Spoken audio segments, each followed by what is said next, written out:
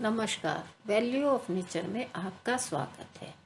आज हम चर्चा करेंगे कि भगवान शिव की पूजा में शंख का प्रयोग क्यों नहीं होता है। जी हाँ, भगवान शिव की पूजा में शंख को ना तो बजाया जाता है और ना ही शंख से जलाभिषेक होता है। ये तो सभी जानते हैं कि शिव की पूजा सोमवार को की जाती है।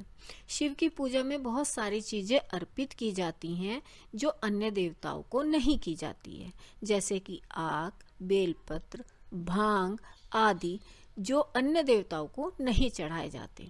लेकिन कुछ चीजें ऐसी भी हैं जो भगवान शिव की पूजा में प्रयोग नहीं होती हैं, जैसे हल्दी, केतकी, केड़वे के फूल, कुमकुम, रोली, नारियल पानी, शंख।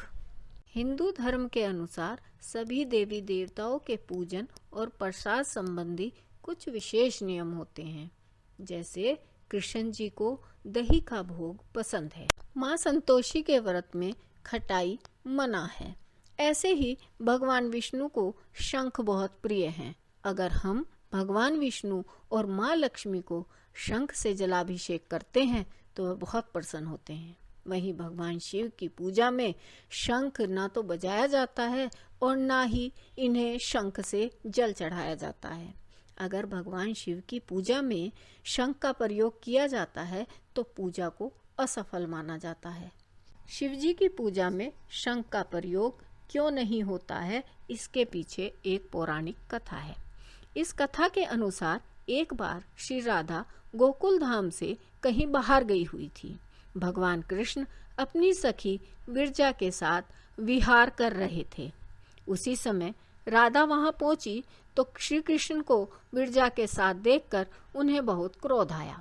क्रोध में उन्होंने विरजा को बहुत बुरा भला सुनाया, जिससे विरजा लज्जा के कारण नदी बनकर बहने लगी। यह सब श्री कृष्ण के मित्र सुदामा को बहुत बुरा लगा और उन्होंने श्री राधा से ऊंचे स्वर में बात की, जिससे क्रोधित होकर राधा ने सुदामा को दानव बनने का श्राप दिया। तब सुदामा ने भी राधा रानी को मनुष्य योनि में जन्म लेने का श्राप दिया। श्री राधा रानी के श्राप से सुदामा शंखचूड़ नामक दैत्य बना। शंखचूड़ दंभ का पुत्र था। दैत्यराज दंभ के पुत्र शंखचूड़ का वर्णन शिव पुराण में भी आता है। दैत्यराज दंभ के कोई संतान नहीं थी। उसने संतान प्राप्ति के लिए भगवान विष्णु की कठोर तपस्या की। तब से प्रसन्न होकर भगवान विष्णु प्रकट हुए और वर मांगने को कहा। दंभ ने तीनों लोक में अजय महापराक्रमी पुत्र का वर मांगा। श्री हरि ने उन्हें तथास्तु कहा और अंतर्ध्यान हो गए। इसके बाद दंभ के यहाँ पुत्र उत्पन्न हुआ, जिसका नाम शंखचूड़ पड़ा। शंखचूड़ तीनों लोकों पर अपना अधिकार जमाना चाहता था, इसलिए उसने ब्रह्मा जी को प्रसन्न करने के लिए कठोर तप किया। तब से प्रसन्न होकर ब्रह्मा जी ने उसे वर मांगने को कहा। शंखचूड़ ने वर मांगा कि वह देवताओं के लिए अजय हो जाए। ब्रह्मा जी ने उसे श्री कृष्ण कवच दे दिया। अब शंखचूड़ अपने बल के कारण तीनों लोकों का स्वामी बन गया। अपने बल के अहंकार के कारण वह साधु संतों को सताने लगा। तब सभी देवताओं ने मिलकर शिव जी से प्रार्थना की कि वह उनकी रक्षा करें। तब भगवान शिव ने सबकी रक्षा करने हेतु शंखचूड़ का वध कर दिया।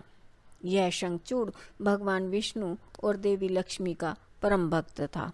माना जाता है कि भगवान विष्णु ने इसकी हड्डियों से शंख का निर्माण किया था। यही कारण है कि भगवान शिव की पूजा में शंख का प्रयोग नहीं होता है। यूं तो हम हर सोमवार को भगवान शिव की पूजा करते हैं, लेकिन हम सभी भगवान शिव और शंख की इस पौराणिक कथा के बारे में नहीं जानते होंगे। ऐसी ही और जानकारी लेकर फिर हाजिर होंगे। तब तक के लिए स्वस्थ रहें, खुश रहें और हमारे चैनल से जुड़े रहें। अगर आपको मेरी यह वीडियो पसंद आती है तो प्लीज़ लाइक कीजिए, शेयर कीजिए और सब्सक्राइब करना ना भूलें। धन्यवाद।